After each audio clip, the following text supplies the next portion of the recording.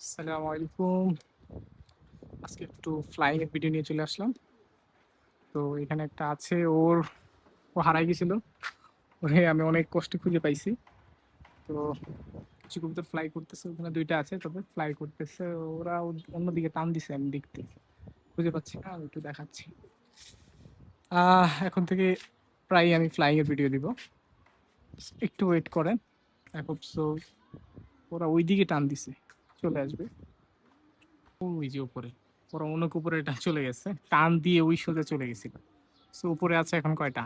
৩, ৩, ৬ piece. এই ৬ টা actually ভালো ফর্মে আছে। সো মাশাআল্লাহ খুব সুন্দর উঠতেছে। আ ফ্লাইং দেখে কি মনে হচ্ছে? এখন বিকেল ৫টা ৫:৩০ বাজছে।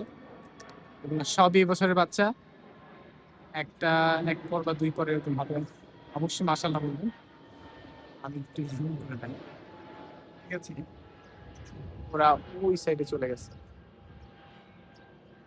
অনেক দূরে চলে গেছে। অ্যাকচুয়ালি এটা ক্যামেরার একটু বাহিরে বলা যায়। আ ওদের টান দেখে মনে হচ্ছে দে আর রেডি ফর সামথিং। সো এবার খুবই আশাবাদী। এই ৬ টার মধ্যে এখানে ৩ পিস কবুতর আছে যেটার প্রতি আমি খুবই কনফিডেন্ট। আশা করি ইনশাআল্লাহ তারা অবশ্যই কিছু না ভালো কিছু হবে। আর এইখানে ৩ জন